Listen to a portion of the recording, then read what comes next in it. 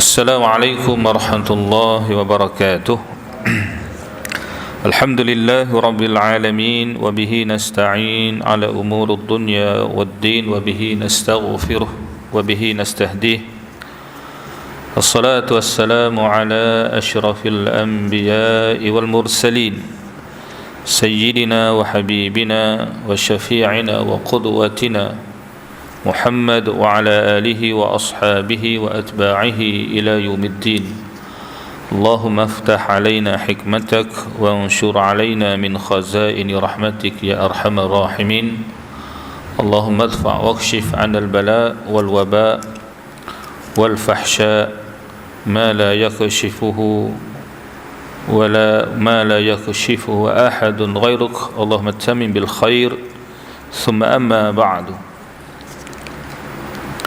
Hadirin muslimin dan muslimat, tuan-tuan, puan-puan yang dirahmati Allah sekalian, alhamdulillah wa syukurulillah.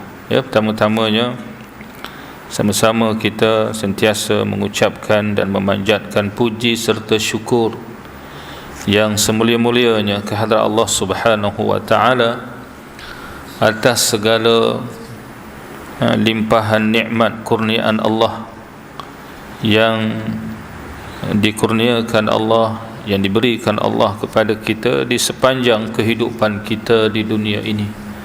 Moga-moga nikmat yang dilimpahkan ini, terutamanya nikmat iman dan Islam, akan kekal bersama dengan kita di sepanjang hidup kita, di saat kita menghadapi mati dan ketika mana kita dibangkitkan di hari kiamat kelak. Alhamdulillah tuan-tuan, pada subuh ni kita dapat bersama kembali setelah kuliah subuh ni tertangguh begitu lama lah. Tangguhnya semenjak PKP yang pertama dulu tak. Yang terakhir saya datang bulan 3 dulu. Kemudian bila PKP tu ialah kita terpaksa menangguhkan dan berpanjangan, dan bulan ni lah baru mula balik dah kuliah subuh. Kuliah maghrib tu alhamdulillah dah mula lebih awal. Apapun alhamdulillah, walaupun pada saat ini mutaakhir ini kita lihat macam dalam khutbah semalam lah, rasanya khutbah yang sama lah dibaca,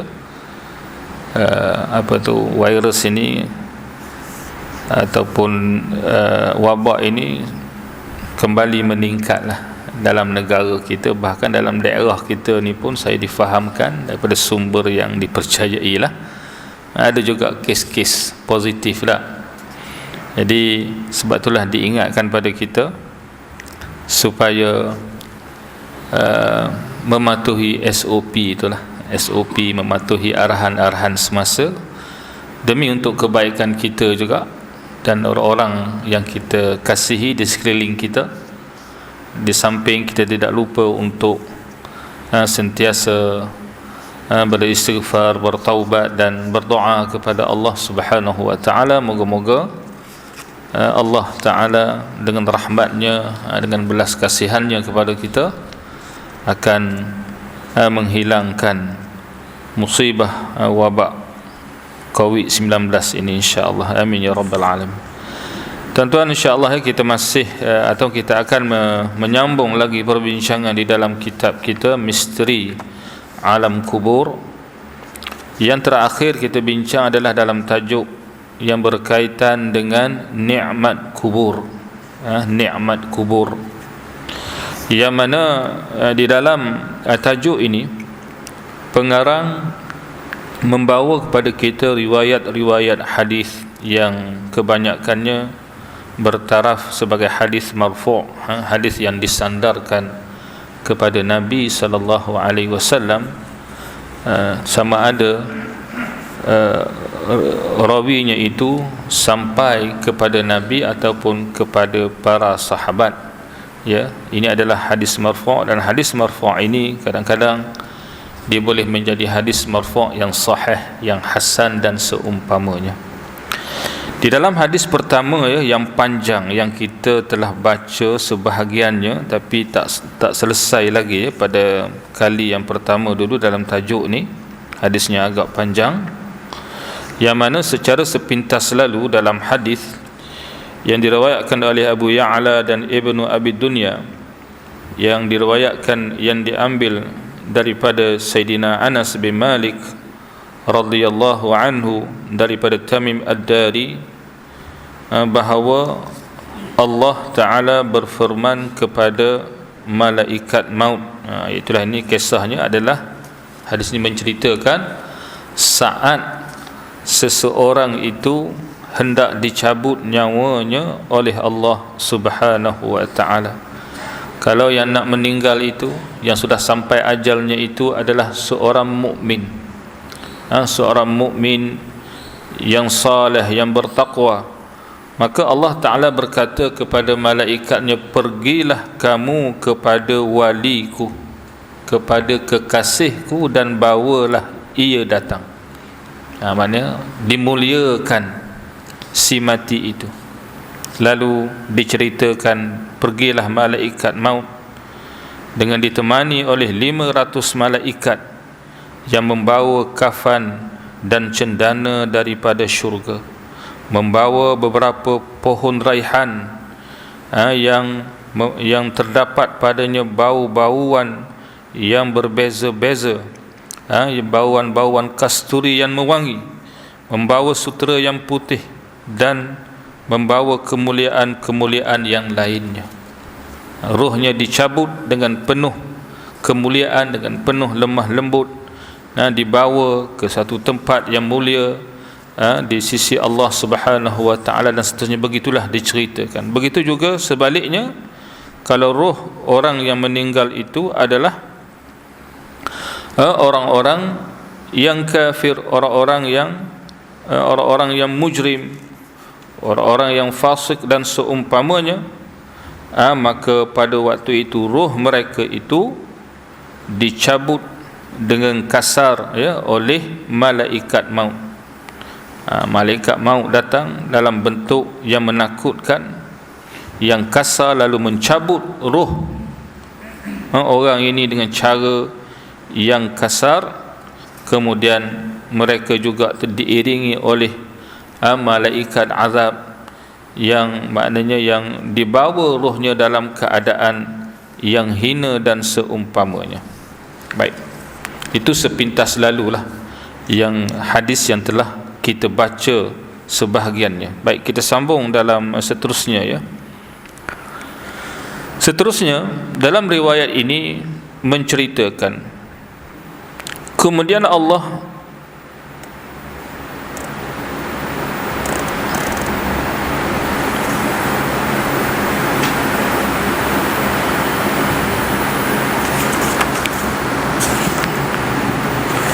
ambil kemudian ni macam terus ya.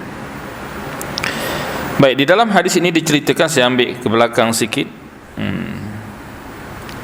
Bagaimana tuan-tuan, dalam hadis ini menceritakan tentang bagaimana amalan-amalan soleh yang dikerjakan oleh seseorang itu akan menemani dia di alam barzakh dan akan menyelamatkan dia daripada fitnah kubur.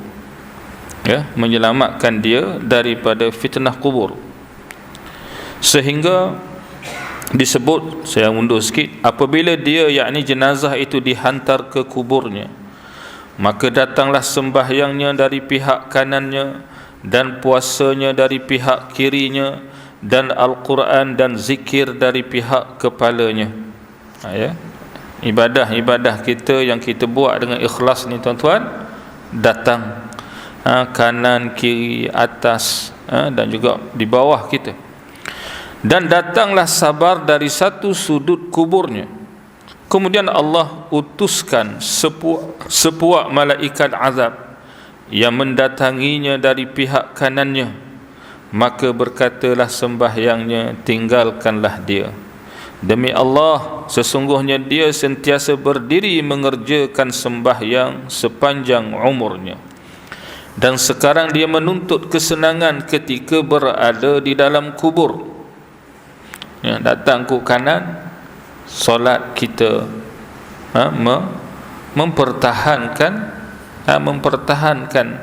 si mati ini, mempertahankan si muslim yang istiqamah mengerjakan sembahyang. Dia ni dah lama dah mengerjakan sembahyang sepanjang umur dia, biarlah dia berehat sekarang. Begitu kata sembahyang kepada malaikat ini. Kemudian azab itu datang dari pihak kirinya, maka berkatalah puasanya seperti yang dikatakan sebelumnya.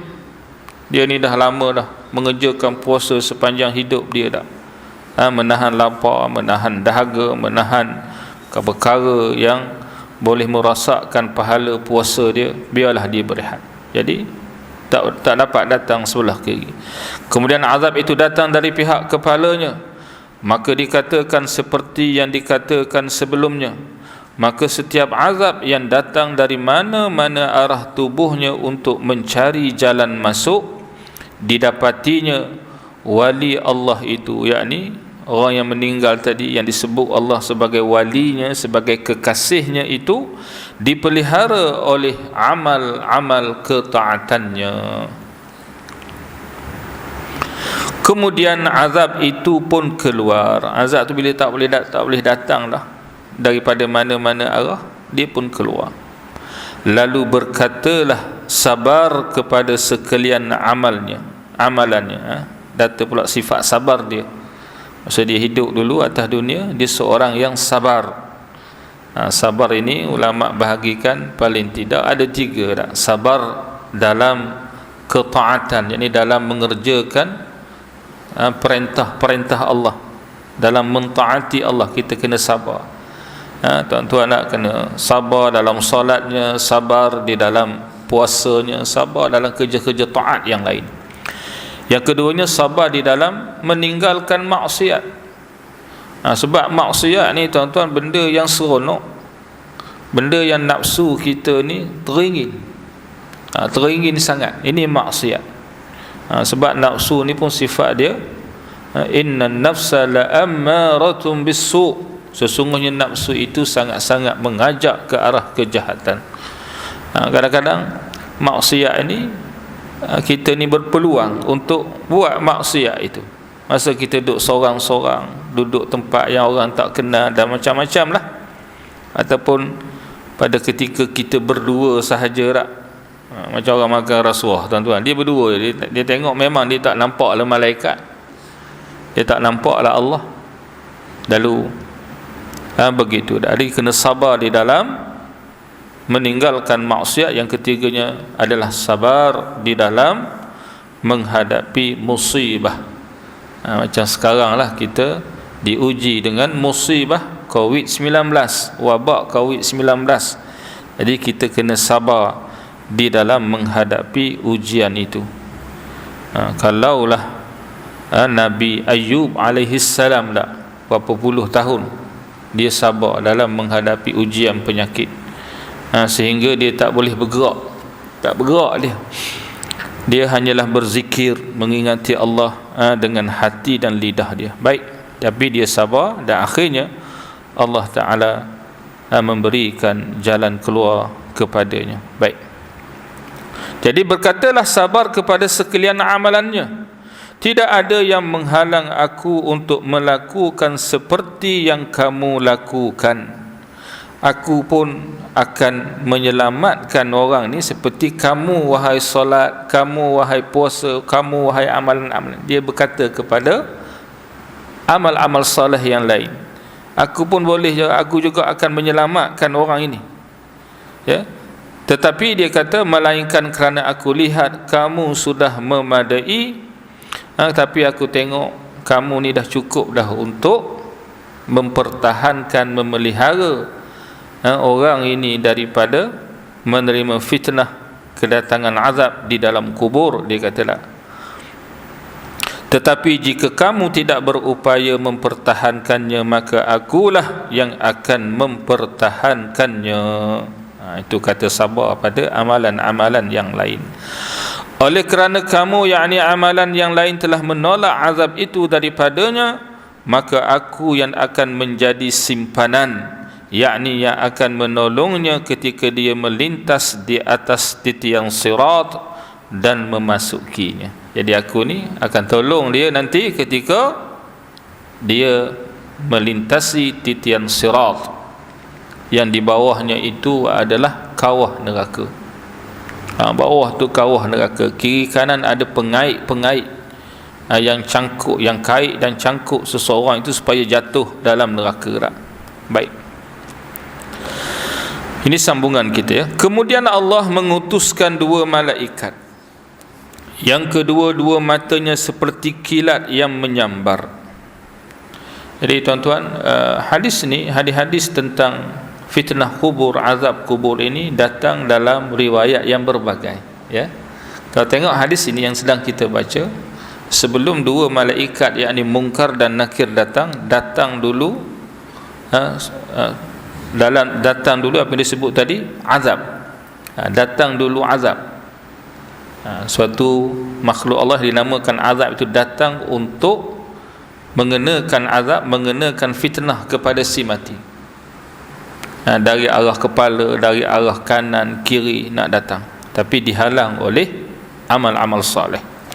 Kemudian Allah mengutuskan 2 malaikat, yang kedua-dua matanya seperti kilat yang menyambar. Api yang keluar pada mata tu macam ataupun bercahaya tu seperti kilat yang menyambar. Kita tuan-tuan kalau tengok kilat yang menyambar, kita rasa gerun. Kita rasa gerun dan kita akan cari tempat yang kita rasa selamat daripada terkena panahan kilat itu dan seumpamanya. Tengok mata tu pun dah takut, dah menggeletar. Dan suaranya seperti guruh dan halilintar. Tak? Kilat keluar pula guruh, halilintar. Yang kita kata kalau duduk dalam kubur tu tuan-tuan, bunyi guruh halilintar tu yang mungkin akan memecahkan gegendang telinga kita ni tak. Yang halilintar di langit yang datang tu pun kita dah terkejut dah tuan-tuan. Dah terkejut sangat dah. Tersentak bila dengar guruh dan halilintar. Itu suaranya. Taring kedua-duanya seperti tanduk lembu, dan nafasnya seperti keluar kepala api. Dia bernafas tu macam keluar kepala api tu lah, yang berembuh itu lah. Begitu. Rambut kepalanya disanggulkan dan ditaruh pada kedua-dua belikat. Kedua-dua malaikat ini telah ditanggalkan sifat lemah lembutnya, melainkan kepada orang-orang mukmin. Allah Ta'ala buang sifat lemah lembut daripada malaikat ni. Maknanya dia tidak ada perasaan berbelas kasihan kepada orang yang mati, melainkan sifat lemah lembut ini diberikan kepada 2 malaikat ini ketika mana dia datang kepada orang-orang mukmin yang meninggal tadi, orang yang beriman. Kedua-dua mereka dikenali dengan nama malaikat Munkar dan Nakir. Ni nama malaikat ni Munkar dan Nakir. Pada tangan setiap mereka terdapat pemukul yang jika semua jin dan manusia berkumpul, nescaya mereka tidak mampu mengangkatnya. Tongkat besi ya, asa min hadid, dalam hadis yang lain menyebut tongkat daripada besi yang ada di tangan setiap malaikat ni, Munkar satu, Nakir satu. Kalau kita lihat dari sudut besarnya dan dari sudut beratnya, tongkat ini, kalaulah semua manusia dan jin berkumpul untuk angkat tongkat ni, tak mampu mengangkatnya. Bukan besar tiang ni lah tuan-tuan. Tak? Bukan besar tiang, bukan besar tiang apa? Tiang masjid kita ni tak. Tidak, lebih lagi. Maka berkatalah kedua-duanya kepada mayat, duduk olehmu. Lalu mayat itu pun duduk, dan gugurlah kain kafannya separas pinggangnya. Lalu berkatalah kedua-dua malaikat itu kepadanya, siapa Tuhanmu, apa agamamu, dan siapa Nabi kamu? Dalam riwayat ni ditanya 3 soalan ya. Ada riwayat hadis ditanya hanya 1 soalan, ada ditanya 2, ada ditanya 3, dan ada ditanya lebih banyak lagi tuan-tuan. Tak sama ya. siapa Tuhanmu, apa agamamu, dan siapa nabi kamu? Maka berkatalah mayat itu, Tuhanku Allah yang Maha Esa dan tiada sekutu baginya, Islam agamaku, dan Muhammad sallallahu alaihi wasallam adalah nabiku, dan dia adalah penutup sekalian nabi. Dia diberikan taufik. Orang yang mati ni seorang mukmin, diberikan taufik oleh Allah, pertolongan oleh Allah untuk menjawab soalan mungkar dan nakir. Lalu dikatakan kepadanya, engkau benar, betul, apa yang kamu sebut ini adalah benar.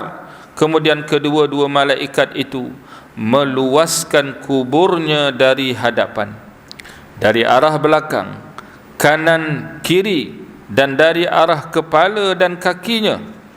Maknanya kalau diluaskan macam mana, dalam hadis yang lain menyebut seluas sayup mata memandang, lapang, diluaskan semua arah.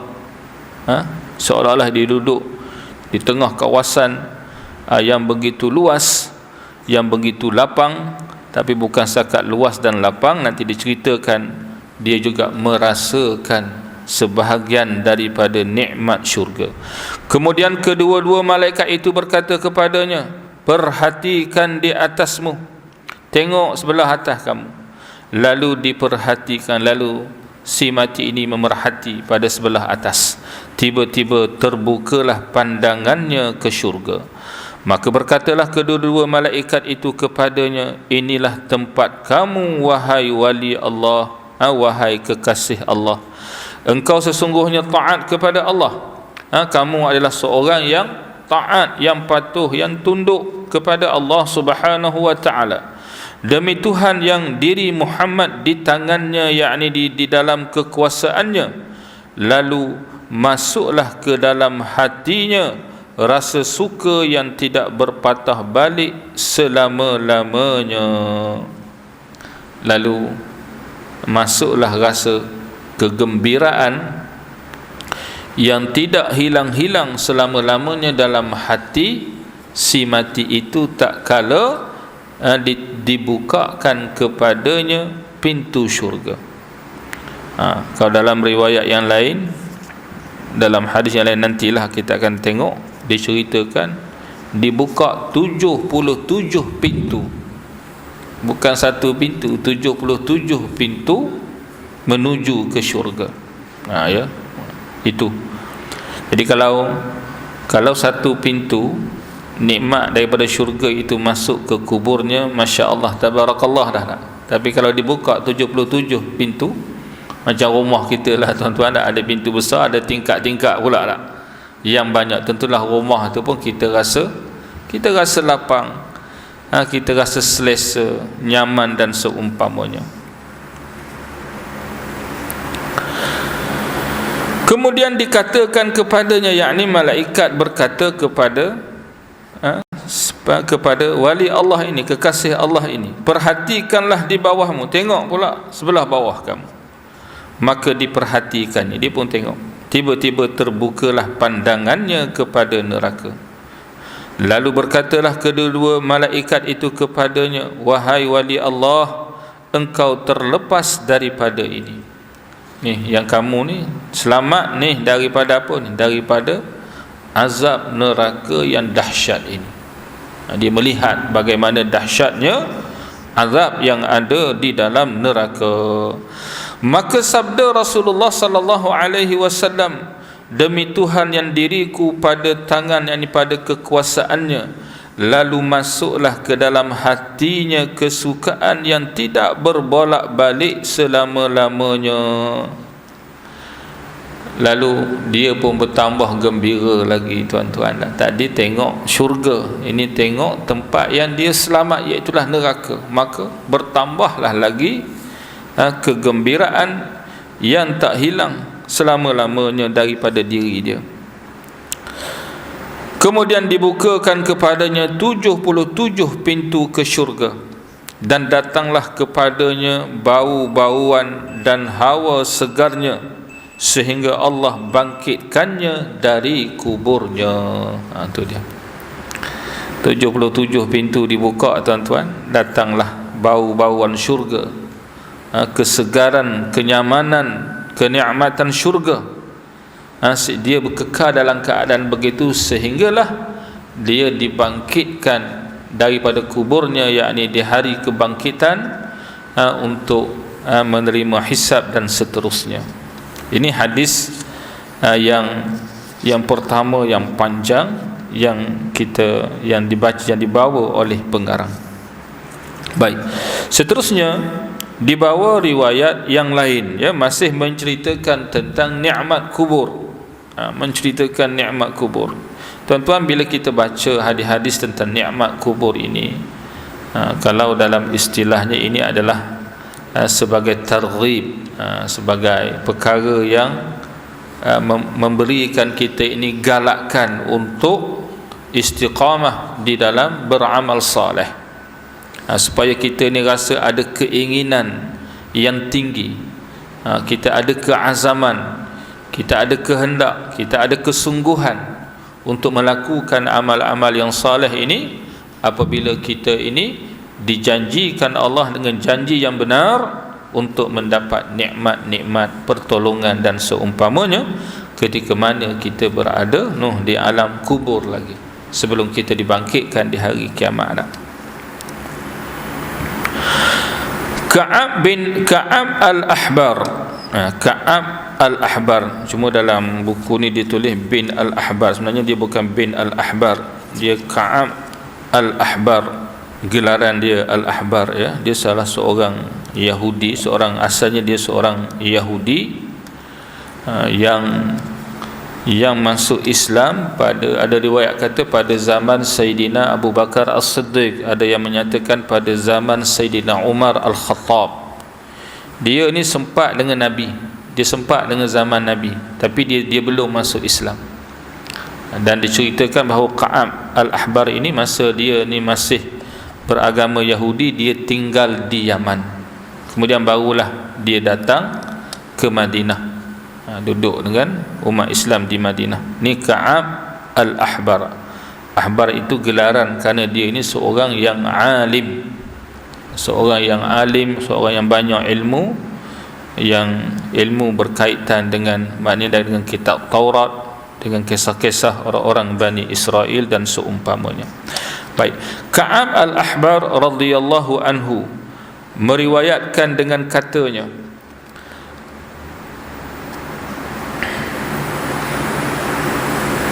apabila dimasukkan seorang hamba yang saleh di dalam kuburnya, maka segala amalnya yang saleh mengelilinginya. Kita nak macam itulah tuan-tuan, tak?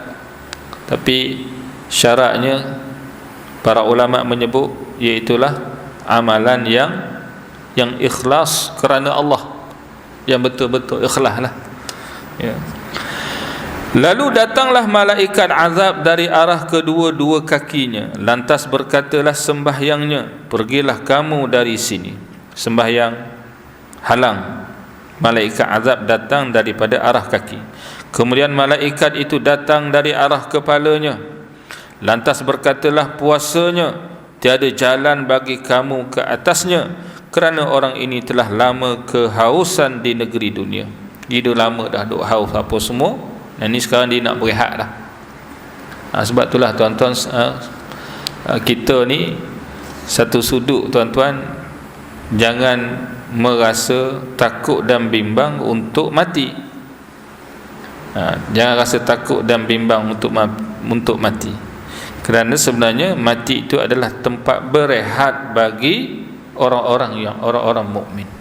Tempat berehat bagi orang-orang mukmin. Cuma yang kita takutnya tuan-tuan, kita tak cukup bekalan. Itu yang kita takutlah. Kita takut begitu, kita tak cukup bekalan. Sebab itulah masa peluang umur hidup ini yang Allah Ta'ala masih beri pada kita, maka kita gunakan sebaik mungkin lah. Gunakan sebaik mungkin lah. Yang Nabi sebut, rebut 5 perkara sebelum datang 5 perkara, itulah yang Nabi sebut. Waktu sihat sebelum waktu sakit, waktu muda sebelum waktu tua. Ni dah terlepas dah lah, muda dengan tua ni tuan-tuan, tak? ya, waktu lapang sebelum waktu sibuk. Sekarang ni kalau yang dah pension ni tuan-tuan, sibuk tu dah kurang lah tak? Banyak lapang, gunakan. Waktu apa? Waktu kaya sebelum miskin. Allah Ta'ala beri harta kepada kita tak? Maka gunakan harta itu sebaik mungkin. Harta yang boleh menjadi, kita kata, bekalan kita di hari akhirat, itu yang terutamanya. Yang terakhir Nabi sebut waktu hidup sebelum mati. Jadi kita gunakan. Kita guna, sebab mati ini adalah tempat rehat bagi orang-orang mukmin, sebab dia dah letih dah beramal. Dia dah letih dah beramal semasa hidup di atas dunia ini. Baik. Jadi dihalang oleh puasanya. Bila malaikat azab tu datang dari arah kepala, kemudian malaikat itu datang dari arah tubuhnya, dari arah tubuh lah, di atas ni. Lantas berkatalah hajinya, dia ni orang yang pernah mengejarkan haji yang mabrur insya-Allah, pergi kamu dari sini, sesungguhnya orang ini telah bangun memenatkan tubuhnya untuk menunaikan haji dan berjuang di jalan Allah, tiada jalan bagi kamu ke atasnya. Tak boleh datang juga. Kemudian malaikat datang dari arah kedua-dua tangannya, lantas berkatalah sedekahnya, tahanlah kamu daripada mengganggu sahabat kami ini. Dihalang oleh sedekah bila datang daripada arah tangan. Berapa banyak sedekah telah keluar dari kedua-dua tangannya sehingga Allah redha kepadanya. Sehingga sedekahnya itu menyebabkan Allah Ta'ala redha kepada dia. Dan dia melakukan demikian hanya kerana mengharapkan keredaan Allah. Dia bersedekah tadi hanya semata-mata mengharapkan redha Allah, bukan bukan dia mahukan manfaat duniawi. Tiada jalan bagi kamu ke atasnya. Setelah itu malaikat tersebut berkata kepadanya, yakni kepada mayat itu, kesenangan untukmu, engkau hidup dan mati dalam keadaan baik. Kamu ni orang yang baik, maka bersenanglah kamu ketika berada di alam kubur ini. Baik, itu riwayat daripada Ka'ab al-Ahbar. Kata Imam Al-Qurtubi rahimahullah, ini yang ulasan yang dibawa oleh Imam Qurtubi bila menyebut tentang bagaimana amal-amal soleh ini tuan-tuan menyelamatkan kita, menyelamatkan seorang mukmin tadi di dalam kuburnya. Kata Imam Al-Qurtubi, kelebihan yang disebutkan ini adalah bagi orang yang beramal dengan ikhlas kerana Allah Ta'ala. Tu tuan-tuan, tu penting sangat dah untuk kita ni pastikan bahawa amal-amal ibadah, sama ada yang khusus atau yang umum. Yang khusus ni seperti solat, puasa, haji, zakat seumpamanya tu, ataupun yang umumnya dak, kalau sedekah tadi ada sedekah yang sunat, ada solat yang sunat, ada puasa yang sunat tu, kita kena pastikan kita buat itu ikhlas kerana Allah Ta'ala. Amalannya ikhlas dan benar dari segi perbuatan. Amalannya itu ikhlas, hati niat itu betul ikhlas, dan juga benar, betul, benar. Ya, maknanya apa yang dia buat itu menzahirkan keikhlasannya. Kita selalu sebut tuan-tuan, syarat diterima amalan ni ada 3 kata ulama. Bila disebut ikhlas dan benar ni, yang pertamanya adalah syaratnya dia seorang yang beriman, seorang muslim yang beriman, ya, seorang muslim dan mukmin. Yang keduanya adalah ikhlas kerana Allah. Yang ketiganya betul amalannya itu dengan Islam ataupun dengan apa yang diajarkan oleh Nabi. Ada 3 ni, insya-Allah amalan tu diterima oleh Allah. Baik, amalannya ikhlas dan benar dari segi perbuatan, perkataan dan niatnya, sama ada pada zahir ataupun batin. Inilah ciri-ciri yang menjadikan amalannya sebagai hujjah yang mempertahankannya. Ikhlas ni tuan-tuan, kalau kita buka dalam kitab Minhajul Abidin ila Jannati Rabbil Alamin karangan Imam Al-Ghazali rahimahullah, Imam Ghazali dia bincang panjang dalam satu tajuk, iaitulah Aqabatul Qawadih, aqabah perasak, yakni perkara yang merosakkan ataupun amalan, sifat yang merosakkan amal ibadah. Ada dua kata Imam Ghazali, iaitulah riya dan juga yang keduanya ujub. Ini hak paling besar lah, bukan kata yang lain. Tidak ada amalan lain yang merosakkan pahala ibadah, ada. Tapi yang paling besarnya, yang biasa datang kepada orang yang beribadah, orang yang melakukan amal-amal kebajikan, dua ni, iaitulah riya dan ujub. Riya lawannya ikhlas, maka diterangkan kepada kita apa makna ikhlas. Dikata ikhlas ni ada dua. Yang pertama, ikhlas dalam beramal. Maksud ikhlas dalam beramal ni, ikhlas beramal iaitulah dia beramal dengan tujuan untuk mendekatkan diri kepada Allah. Dia buat perintah Allah, suatu amal ibadah, suatu amal kebajikan semata-mata untuk dia ini jadi orang yang dekat, orang yang dikasihi, yang dekat dengan Allah, dan juga dengan tujuan mengagungkan perintah Allah dan menyahut seruannya. Itu maknanya ikhlas dalam beramal. Yang keduanya ikhlas juga, iaitulah ikhlas menuntut ganjaran pahala. Iaitulah dia dalam dia beramal tadi kerana dia nakkan ganjaran pahala, yakni menghendaki manfaat akhirat daripada amal-amal kebajikan yang dikerjakannya. Dan kita harap tuan-tuan, kita ni dalam kita beramal ibadah, melakukan amal-amal kebajikan, inilah niat kita ni adalah buat tu kerana Allah, kerana taqarrub ila Allah, kerana membesarkan, mengagungkan, mendahulukan, mementingkan perintah Allah, ataupun kerana kita ni nakkan manfaat akhirat daripada amal-amal kebajikan yang kita kerjakan, bukan nak manfaat duniawi. Sebab tu bila disebut riya yang lawan pada ikhlas ni, yang merosakkan amalan, mudahnya dibuat kesimpulan oleh Imam Al-Ghazali setelah membawa pandangan ulama yang berbagai tentang pengertian riya. Riya ni artinya dia kata menghendaki dengannya, yakni dengan amalan, dengan amal kebajikannya itu manfaat dunia.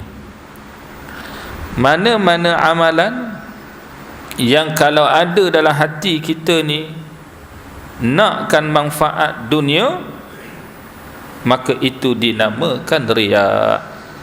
Tak kira lah sembahyang ke, puasa ke, zakat ke, haji ke, tuan-tuan, kalau kita menghendaki manfaat duniawi, sama ada berbentuk pujian, sanjungan, harta benda, apa semualah yang bersifat duniawi ni, maka itu namanya riya.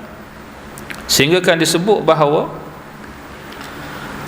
kalau kita mengharapkan dunia, tapi kita minta dengan Allah mengharapkan dunia daripada amal soleh yang kita buat. Buat satu amal soleh, minta dengan Allah, tapi menghendaki manfaat duniawi, kata ulama, itu pun namanya riya. Jadi riya ni dikata dia terpulang, dia untuk kita membezakan antara ikhlas dan riya, itulah dia terletak pada kehendak kita tadi.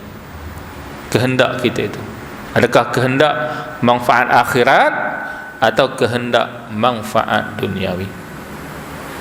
Orang, dan disebut bahawa manusia ni, golongan jenis manusia ni dari sudut ikhlas dan riya ni ada 3 golongan kata ulama. Yang pertamanya manusia yang dihukumkan mereka ini riya ataupun ujub dalam semua amal perbuatan dia.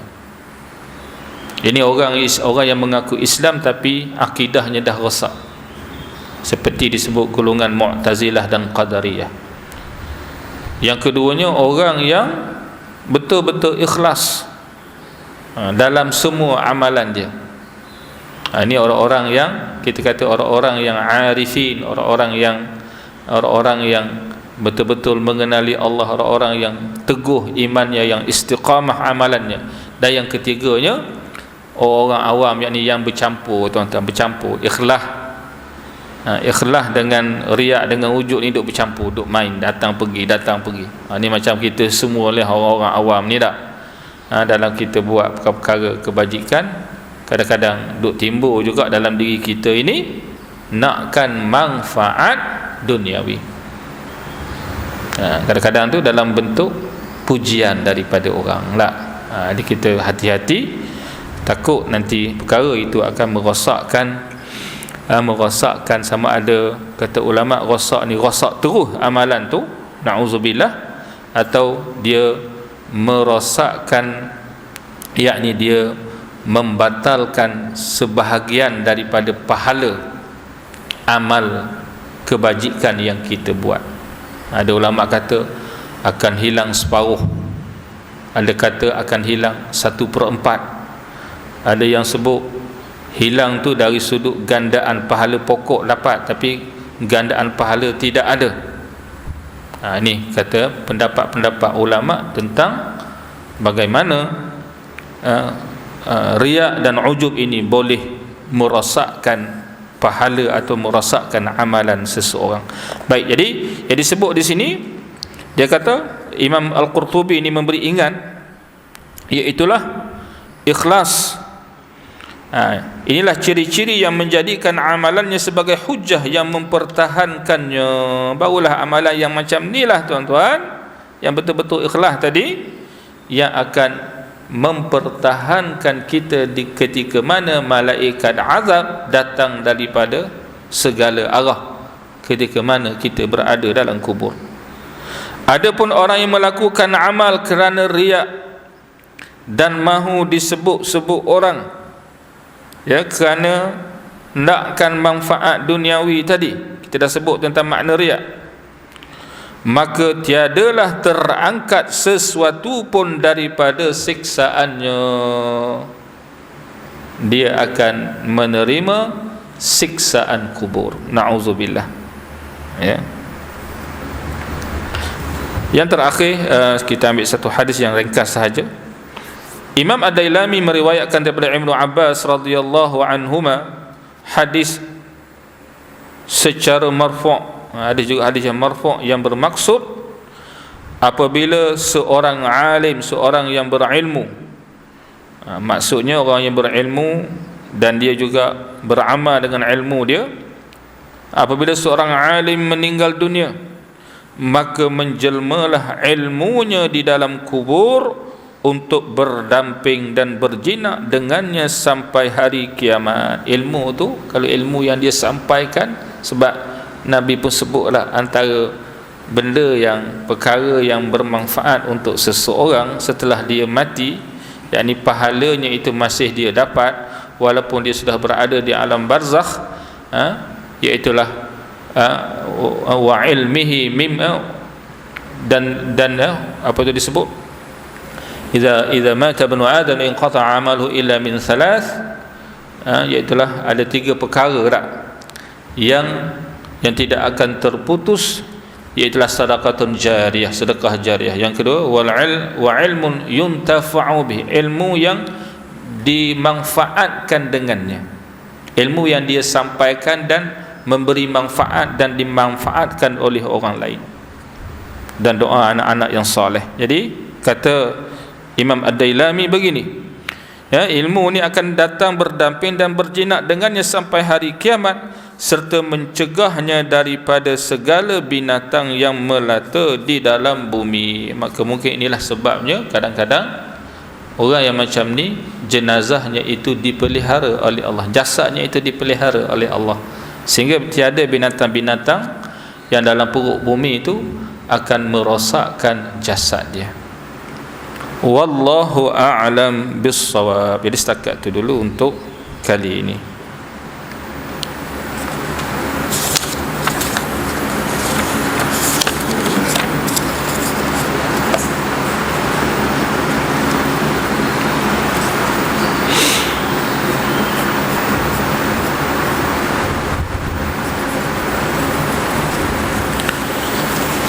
أعوذ بالله من الشيطان الرجيم. بسم الله الرحمن الرحيم. الحمد لله رب العالمين، الصلاة والسلام على أشرف الأنبياء والمرسلين وعلى آله وصحبه أجمعين.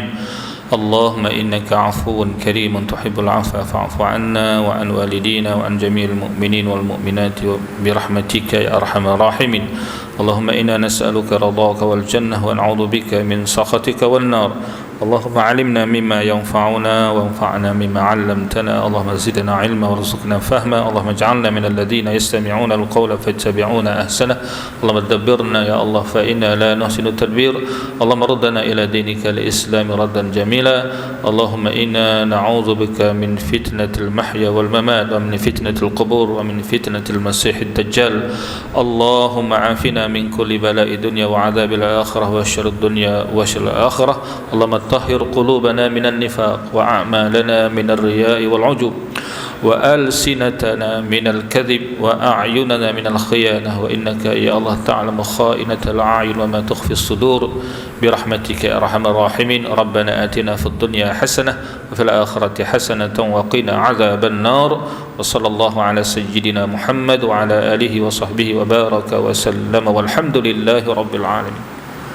تقبل الله منا ومنكم. Kita tangguhkan dengan doa kafaratul majlis dan suratul Asr. Subhanakallahumma asyhadu an la ilaha illa anta astaghfiruka wa atubu. Bismillahirrahmanirrahim. Wal 'asri innal insana lafi khusr illa alladhina amanu wa 'amilus solihati wa tawassaw bil haqqi wa tawassaw bis sabr. Aqulu lakum qawli hadha wa astaghfirullahal 'azim li wa lakum. Assalamu alaikum warahmatullahi wabarakatuh.